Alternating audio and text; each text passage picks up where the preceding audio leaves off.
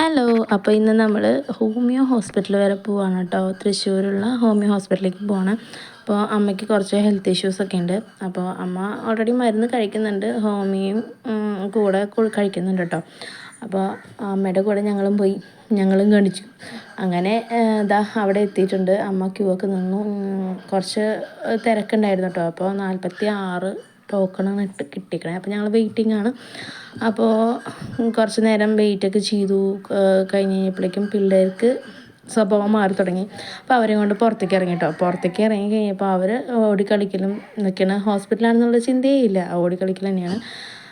പിന്നെ മരുന്നൊക്കെ വാങ്ങിച്ച്, അതിനും ടോക്കണാണ്, കുറച്ച് നേരം നിൽക്കണ്ട. മരുന്നൊക്കെ വാങ്ങിച്ച് കഴിഞ്ഞ് കഴിഞ്ഞപ്പോഴേക്കും ഉച്ചയായപ്പോഴേക്കും നിൽക്കാൻ പറ്റണില്ല കേട്ടോ, വിശന്നിട്ട്. അപ്പോൾ അവിടെ ഒരു ചേച്ചി ഉണ്ണിയപ്പം വെക്കുന്നുണ്ടായിരുന്നു. അപ്പോൾ ആ ചേച്ചിയുടെ ഒരു കൂടി ഉണ്ണിയപ്പം വാങ്ങിച്ചു. അത് മുഴുവൻ ഞാനും പിള്ളേരും കൂടി തിന്ന് തീർത്തു കേട്ടോ. പിന്നെ വീട്ടിലെത്തിയതാ ഭക്ഷണം കഴിച്ചു.